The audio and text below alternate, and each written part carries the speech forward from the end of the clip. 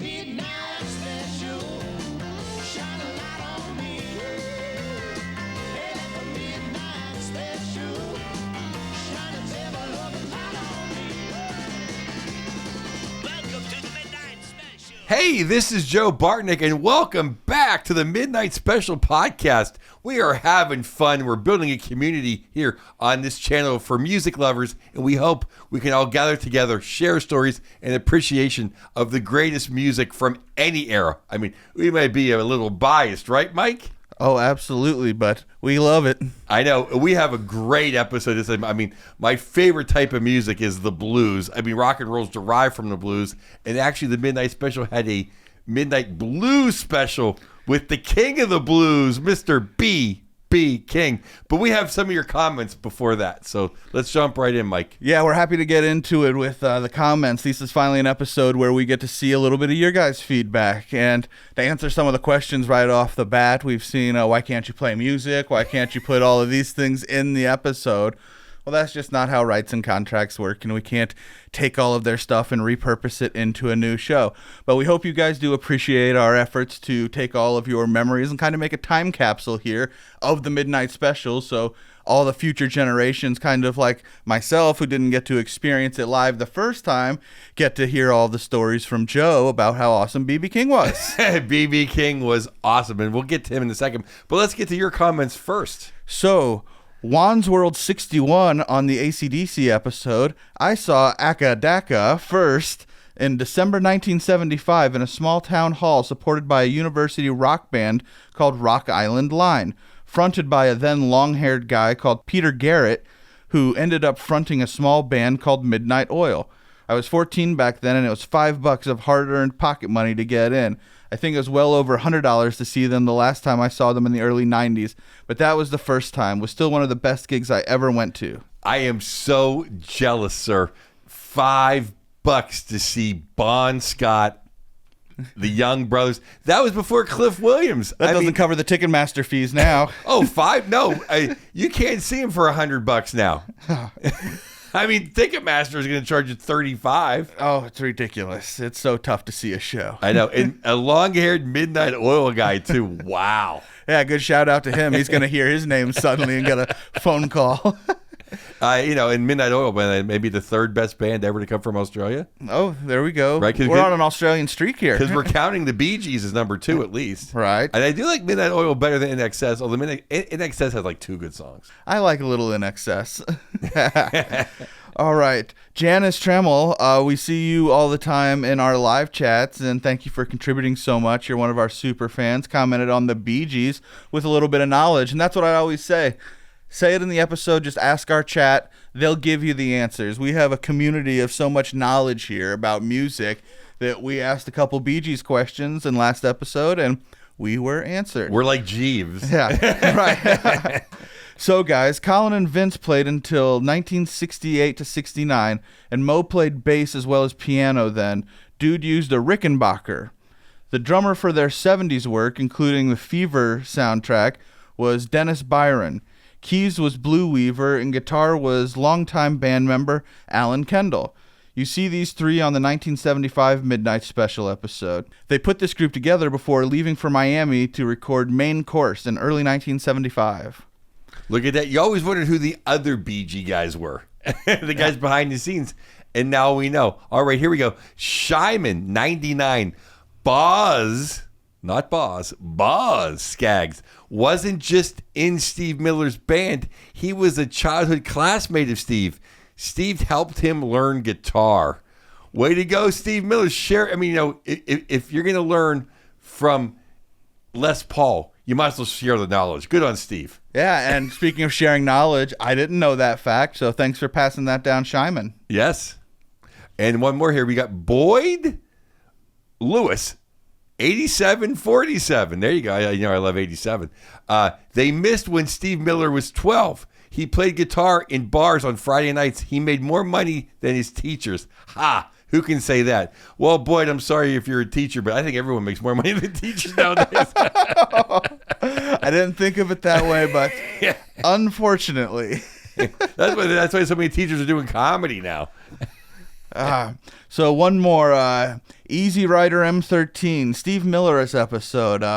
I was born in 65, raised around music, both sides of my family. I'm a lifelong musician. I started watching Don Kirshner's rock concert and Midnight Special in probably 73 on a regular basis. I was religious about the Midnight Special. Every Friday at midnight, except for the odd TV special or newscast, these shows were all we had. Started buying Circus Mag. Love Circus Magazine, man. That was the ultimate heavy metal Bible. He's got Cream stuck in there. I'm sorry to jump in, but Hit Parader was the other one. Just the ultimate heavy metal for a trash kid like me. It was the best. Circus and Hit Parader got them both every month. And of course, Rolling Stone. These were my sources. Still have most of those. LPs, 8 tracks, and then a little later cassettes. Still have probably 99% of those. Besides my family, music is life. Y'all keep up what you're doing. Real cool. Thanks for the show. Oh, yeah, I saw Steve Miller with Chris Duarte. Did I get that one? Yes, sir. Texas guitarist opening up. Didn't even know he was playing. Steve had a light show that looked like it came straight out of the Fillmore East, circa 69. Music was always kick-ass. That's so great. I'm so happy you had a good time there, man. Just great memories in those magazines. I remember thinking, you know, on my days when I'm like broke, I'm like, I just wish I had all those Circus magazines. I wonder if there's a website or a book or something that's just compiled all of these into like a hardcover thing that you can get that's like a coffee table thing, or if there's a website or something you can go to that just has compiled all of the archives of stuff like that. I'm sure there is. I'm sure it's on like, I'm sure you can just hit the website. Comment section. We're looking at you. Look at that. Someone's probably stealing an idea right now, just going to make the coffee table book. But here's the funny thing: like Circus was a real magazine with that, like, you know how Time magazine isn't like paper; it's like a whatever that magazine paper is, a little glossy. Hit Parader was the real dirtbag. It was paper for a while, and then when heavy metal really hit, like after AC/DC and like early '80s, then Hit Parader also became that glossy paper too. But I remember way back in the day when Hit Parader was just like only the outside cover was glossed, the rest was newspaper. Real independent. Yes. Well, if you guys have any memories that you want to share with us, always send them to the Midnight Special Podcast at gmail.com. You can send us pictures. You can send us any old school songs you guys have. Anything you got, we want to hear it. Or if you want to give us an audio file of one of your memories and you want to tell the story instead of listening to me gab, I'd love to hear it. That'd be awesome.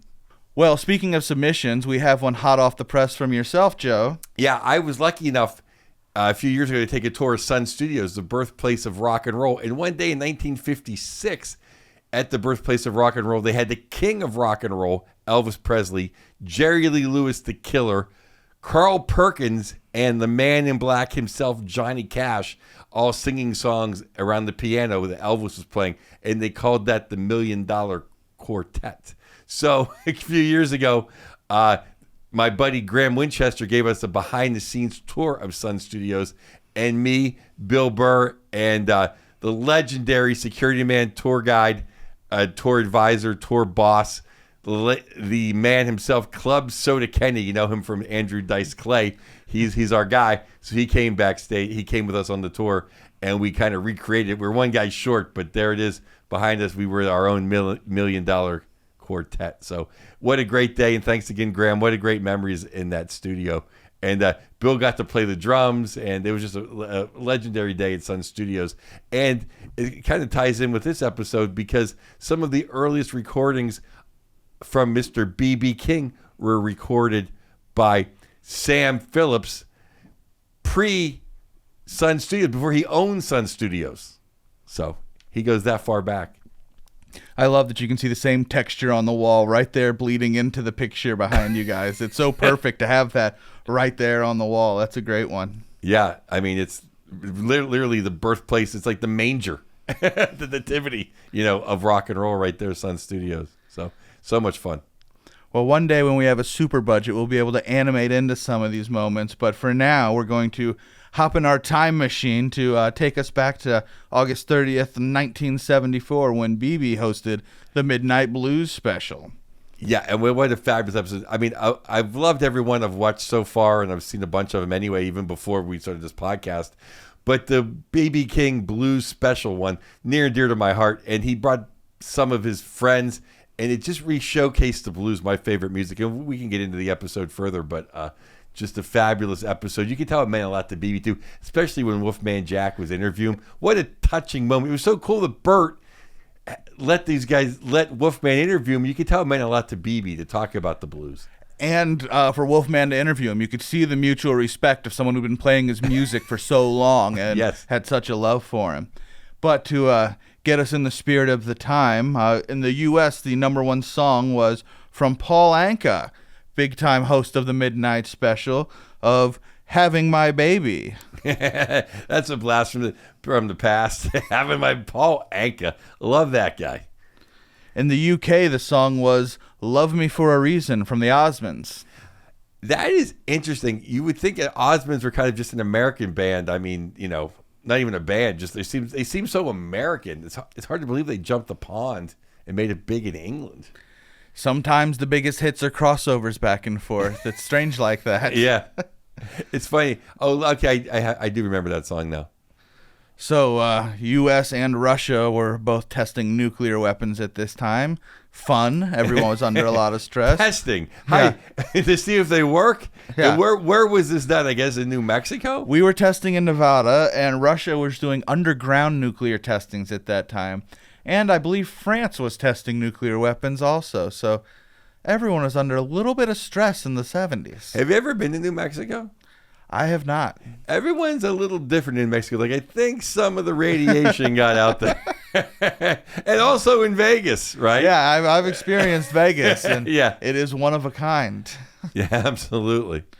All right. Well, famous aviator Charles Lindbergh, who is famous for flying over the Atlantic Ocean solo, he passed away, unfortunately. But it shows how short a distance ago flight was. Like, we take it for granted, but the first trip over the Atlantic Ocean was just this long ago. Well, exactly, and you talk about having balls. Oh, yeah. And then one of those little rickety planes going across the ocean. By yourself. Yes. I mean, he had his, you think about, okay, the Yankees get a ticker tape parade. The Knicks, I mean, even though it was like, 50 years ago last time they won. The Rangers, he had his own ticker tape parade. Yeah. That's how big of it is. And then they kidnapped this kid, and it was huge news. Right. An absolute legend, Charles Lindbergh. Well, that's so funny about air travel, though. Like, but the Wright brothers were like in I'm bad with history, but like 1907, let's say. 5 years later, they were having, planes were bombing each other in World War I, right? Yeah, we used them as weapons very quickly as soon as we figured out what to do with them. Yeah, technology either leads to war or porn. Oh, yes. Well, back on track when we're speaking of videos. Yes. Burt Reynolds starred in The Longest Yard, which was released this week.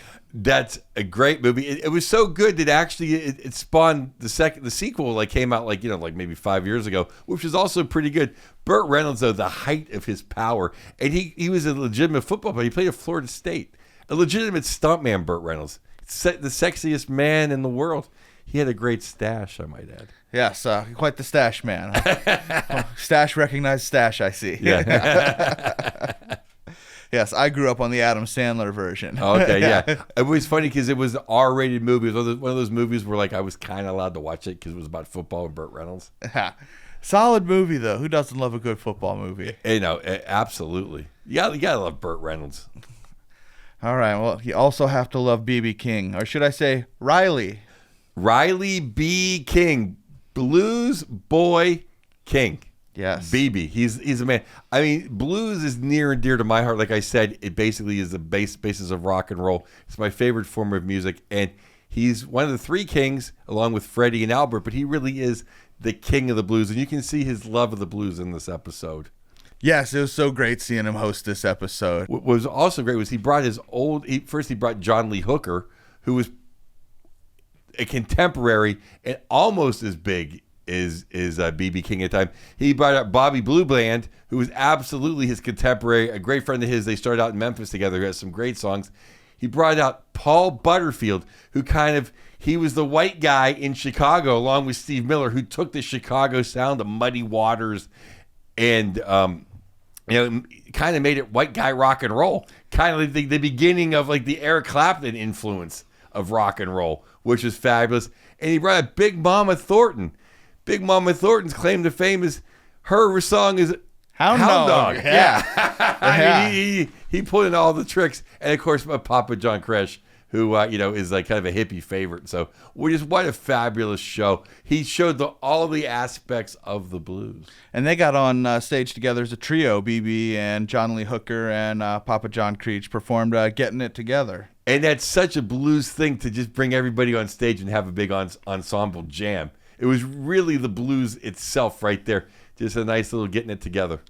Well, let's get into a little history about B.B. King for those of us who don't know, because I know you know it all, Joe. It's one of the only books I've read in my adult life was I read his autobiography, which was fabulous. Well, we'll start off with the easy facts. He was born September 16th, 1925, on a cotton plantation in Mississippi. You know what's funny? He was born in Itabena, Mississippi. He was born in the poorest county in the poorest state in the United States. That's called the blues. And his mother ran away with another man, and he was raised by his father's mother. So you talk about being in the poorest place in America, and your mom runs away.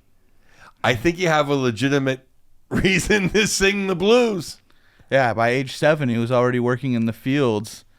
Yeah, that is a rough life. But what I'm told is the fields were the one place you could sing blues, because blues music wasn't accepted at that time. It was kind of the devil's music because it wasn't religious. And if you were going to be singing, you needed to be singing about God, and you needed to be singing positive. Right. Well, that's another thing. A lot of these guys from the South, they learned to sing in church. B.B. sang in his Pentecostal church, and actually the preacher was there and playing guitar, and the preacher of his Pentecostal church taught him his first 3 chords on guitar.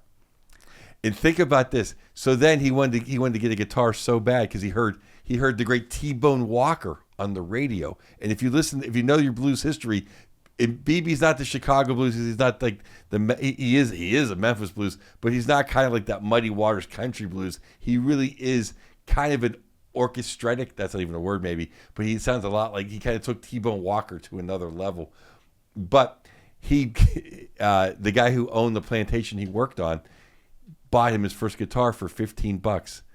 BB was so broke it took him 2 months to work that off. The guy who owned the plantation, here's his name too. His name was literally Flake Cartledge. You're in the South when the guy who is your boss is named Flake, but it took him 2 months to pay it off. Well, thank goodness Flake got him that guitar. Yes. The whole world thanks you, Flake. In Sears Roebuck. That's what kind of guitar it was. And he was such a tractor guy. He literally he joined the Army for World War II, but then because he was useful to the war because he could ride the tractor, he got out of going to war. He went back to the tractor. Then the legend is he wrecked the tractor and was like, well, I can't pay for the tractor. I'm just going to go to Memphis and try to sing the blues. So, BB in the late 40s was touring around Mississippi, playing in different radio stations and playing anywhere, really, that would have him. But he caught his big break. Well, he caught his first song, 1949, Miss Martha King, which is an old blues, his composition, but it's fabulous. It's so rustic. But in 51, he recorded a 3 o'clock blues, and after that, he put out like 100 hits. But his first really big break came when he was in Memphis. He got on the WDIA radio station with his little 15 minutes every day, where he could become a star. And his sponsor was Pepticon. And he had a little Pepticon jingle. And Pepticon was known around the South as it cured all your ills because it was 14% alcohol with a little bit of Pepto-Bismol. So your back hurts, your stomach hurts, your head hurts, whatever. It cured everything. So that feeling fine in about 20 or take another shot. Exactly. So that's kind of sent him on his way. And then in the mid-50s, he ended up buying a bus and having the B.B. King Orchestra. And, he became the king of the blues. So B.B. played like 200 to 300 shows a year, anywhere, juke joint to theaters around the country, around the world. But a really famous one happened in Helena, Arkansas, was 2 men had a little too much to drink in this little juke joint in the South, and they started a brawl. They kicked over a kerosene heater, started a fire. The fire Everyone ran out. Then BB realized, oh my God, I left my guitar in the fire. He runs back in, saves his guitar, finds out the woman that the two gentlemen were fighting over was named Lucille. And so the legend continues. So he named his guitar Lucille to remember two things. One, never run into a burning building. and two, I forget number two. But anyway, but that's where he got the name Lucille from. And then along the way, it was great because then in the '60s he met up with Sid Seidenberg, who was a different agent who got him into some of the white rock clubs. Like I know because I worked at the Fillmore. We've talked about this where he was playing the Fillmore and he'd be on those legendary posters with like the rock bands. He got to open for the Rolling Stones on the 1969 World Tour of the Stones. And then he became synonymous with rock and roll as well because he got inducted into the Rock and Roll Hall of Fame as well as being in the Blues Hall of Fame. And then for the younger guys out there, you probably remember this, Mike. U2 wrote a song with him called When Love Comes to Town that was on their Rattle and Hum album in the movie. And he's B.B. King. He's the king of the blues.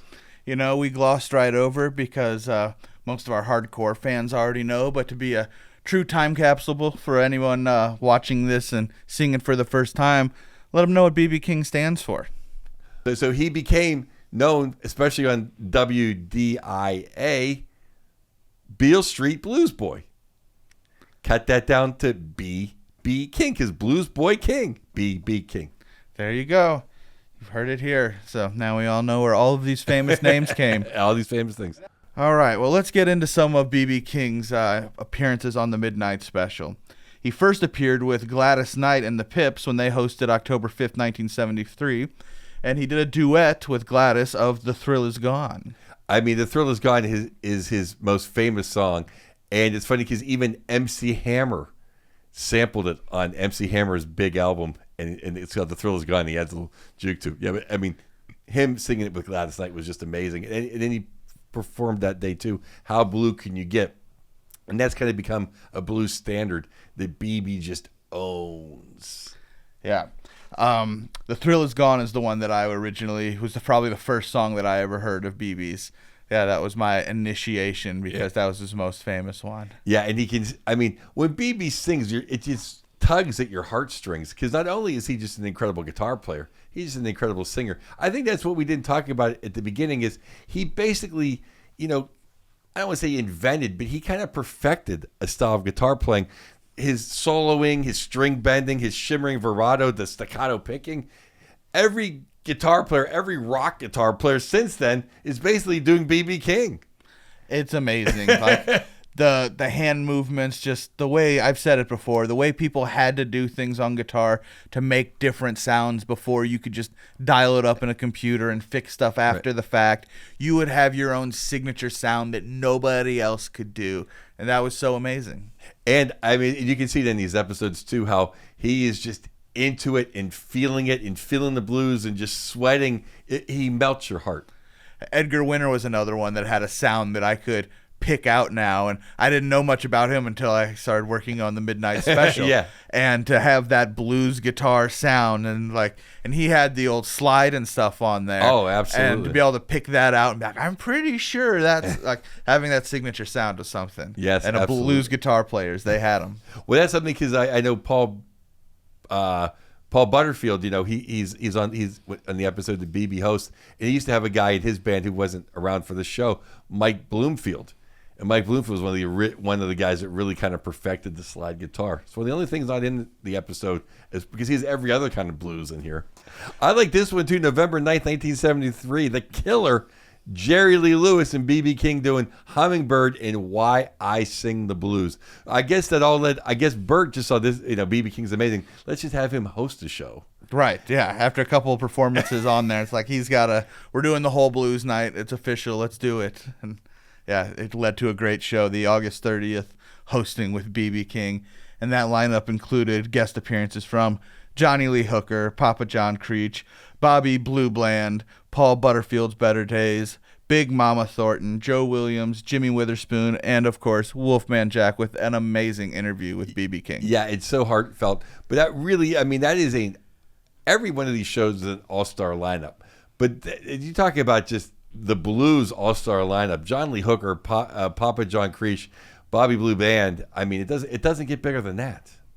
And to think they were all there is just phenomenal. Yeah. After that epic night of blues, BB did come back 2 more times to the show, in February and in July in 1976. He did Breaking Up Somebody's Home and Reconsider Baby, and then he also did a duet of Everybody Lies a Little with Helen Reddy. That is just insane. I feel like if you're an artist, like one of those bucket list things is I got to do a duet with BB King. Like, what other artists do you get to say that can, like, they can be on that level of matching, but there's no other artist that you get to perform with that could possibly be like a bigger duet than with BB King. No, I mean, he actually put out in, a few of the last albums of his career, he was matched up with people just couldn't wait to do duets with him. Yeah. It's like for anywhere from Eric Clapton to everyone's just like, I'm going to just do a song with BB King. It's the absolute top tier artist that you could put on, from singing to sound, signature sound to guitar playing. Yeah. Yeah. That's the cameo of all cameos. And there's so many people that are, that are not, I don't want to say frauds, but aren't really what they appear to be. BB is the blues. And I can tell when we get into some of these comments that people loved BB and BB loved the community. He seemed to be everything that you wanted him to be. Absolutely. I mean, just you could feel the warmth on him.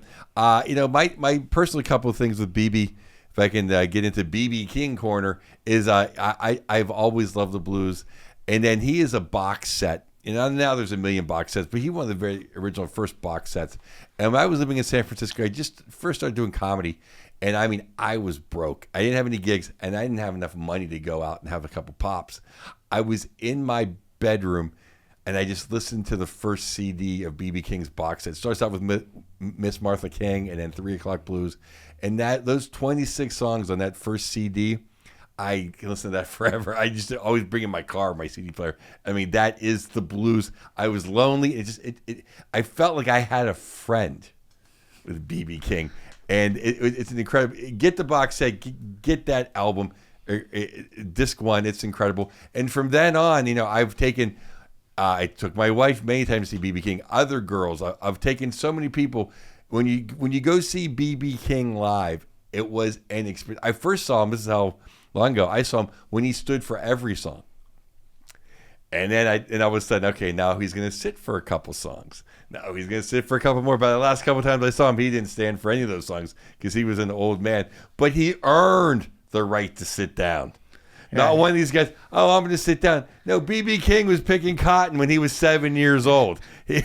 He's done 300 shows a year. He's allowed to have a seat. But what's amazing is he always would bring the best musicians. His orchestra they call it the BB King Orchestra, was incredible. The horn section, the drums, the other guitarists, and everyone would get a solo, and it was always the best. I had something to do this on stage when I'm introducing someone, because he would say, whoever's on trumpet, give a big hand for that young man.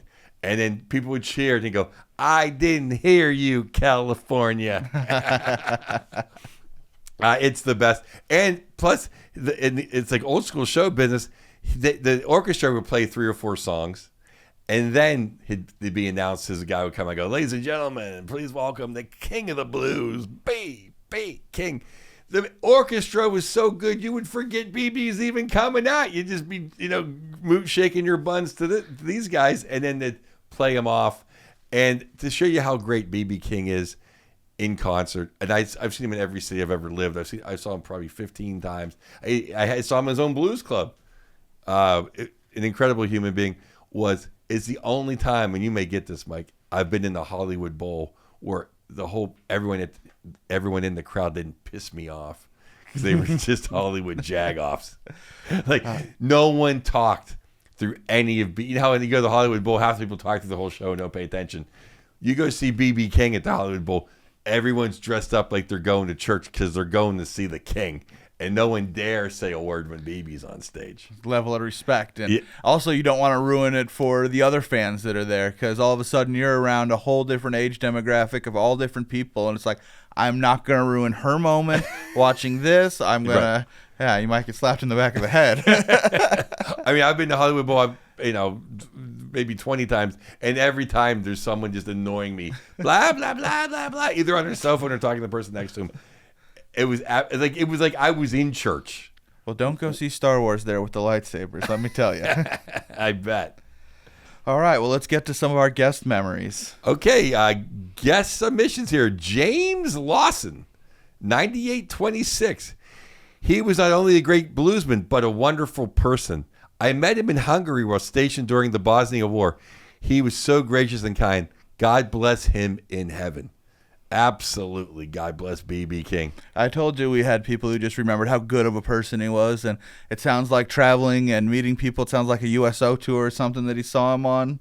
Yeah, that sounds like a B.B. King thing. Well, a very good friend of mine, he was B.B. King's personal bodyguard for a couple years. Oh, wow. And he always paid Pepe extra. Just like, here, you deserve it. Nice. In just big, thick wad of money. He's like, yeah. He goes, men like cash. Yeah. You gotta love the king of the blues, Mr. Rock and Roll. Where'd you get that? You must have been the first guy on Twitter to get that. Mr. Rock, or you bought that from Keith Richards. I don't know. My number one favorite blues guitarist. I had the pleasure of seeing him on his 80th birthday tour, an unforgettable show.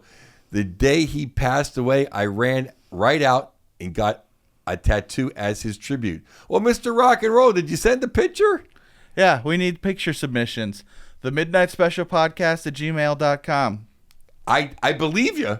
Yeah. Well, let's see the picture, unless it's somewhere we don't want to see. Perfect situation for an old school cool picture. Yeah, absolutely. All right, teaching arts. About 1990, BB played the Vancouver, BC exhibition grounds. Our pockets were so clean that we hopped the fence and snuck in, but a security guard spotted us as we got close. There was a pond/water feature about 20 meters across near one side of the stage with a skinny concrete path that led out to the center of the pool. So we hightailed it out there, hoping the guards would be too scared to fall in. The band was absolutely smoking, and we were spellbound.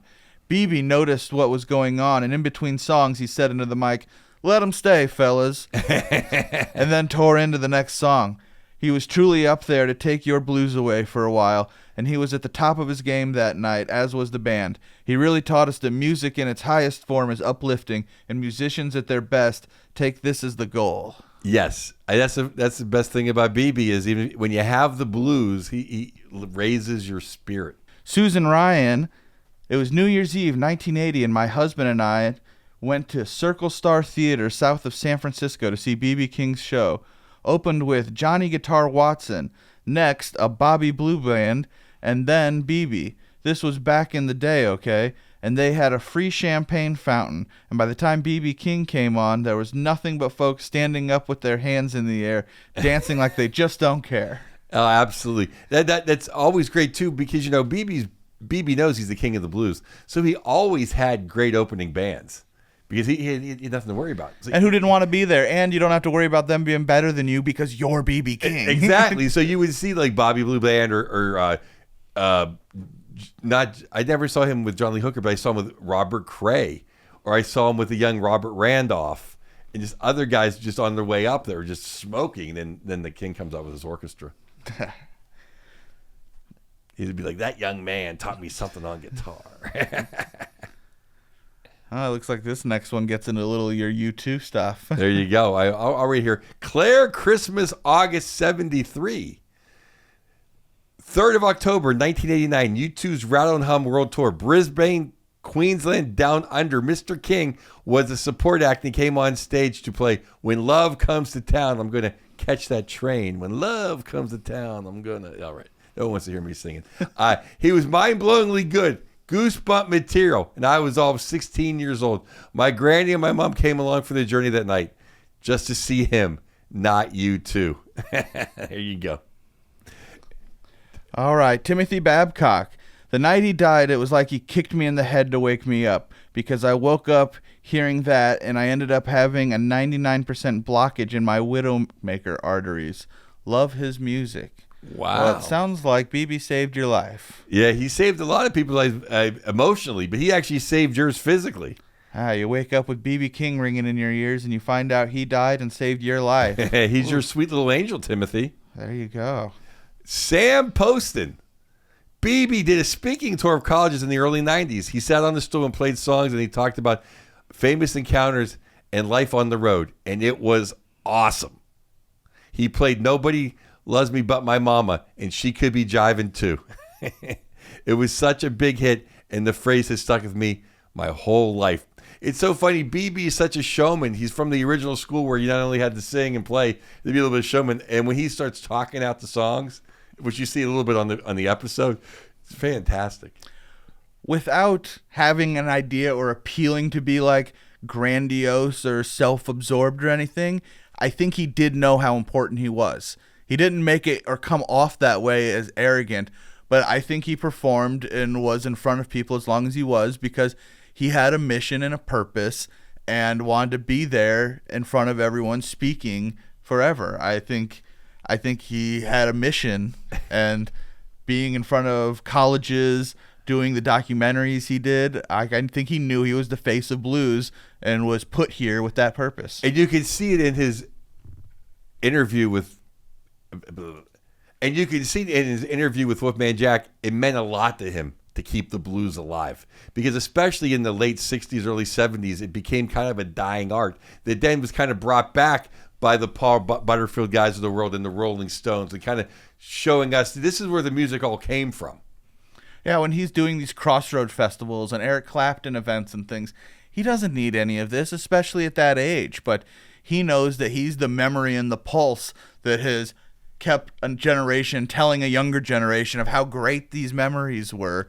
And he had to show up and prove it. And his skills were always there. You see things with him with John Mayer, like all sorts of performances, just shredding through time. And even at some of his oldest ages, just on top of his game. Yeah, I mean, even when he could barely stand, he would sit in that chair and just fire in his fingers. And to just enhance that orchestra, I mean, his orchestra was the best. And they had number one songs, as we learned the other week. Yeah, I mean, he's just an incredible dude. Man, he's a king. Yes, he is the king. Well, if you enjoyed this episode and you enjoyed the channel, you got to get some merch. So because it's guys like B.B. King and John Lee Hooker that have kept blues alive, that now every city, there's blues festivals. Every city has a blues festival. Every bar has blues bars. So why don't you wear your Midnight Special hat, your Midnight Special t-shirt, or the hoodie is sweet. Go online and get your hat, get your hoodie, get your t-shirt to wear at the festival. And there's a link below. They'll hook you up. You can also become a YouTube member for $4.99. You get to see the Midnight Special episodes every Monday morning. And then join us live Friday night for our chats about the episodes. And you're in the chats. We have some regulars in the chats. Yeah, so many of you have been supporting the show. We appreciate it. I get to talk to you on Fridays live. I see you in the chat supporting the podcast. And really, this whole podcast is for you guys. We want to share your memories. It wants to be curated and about you, about the fans, about the show. I don't have anything to give you that I experienced of that time. I'm regurgitating and curating all of your memories so we can pass this on, so the show can be told by the fans to everyone. And as this grows, I hope to see it spread into a new generation. I foresee a possibility of us being able to interview musicians who are current about some of their favorite artists. Like, let's sit down with a current guitarist and talk about how Kiss inspired him as a kid, and they can be guests on the show. We can talk about the impact that Dolly Parton might have had on a young country artist's career and introduce them to the Midnight Special, because some of these younger artists may never have seen these performances. So this podcast is a idea we have that can keep this alive in an avenue to hopefully much bigger things. And I want to thank everyone for listening to the podcast. You're helping us out. We just love doing it. I want to thank Bert again. And I'll tell you, just as a fan of B.B. King's, I've only knew older B.B. It was, and there's not that much footage of BB from the younger days. This was incredible footage of him just jamming out with John Lee Hooker. Are you kidding me? What a fabulous episode. It's something that should be just saved forever. Absolutely. So we'll catch you next week with another fabulous episode of Bert Sugarman's Midnight Special Podcast.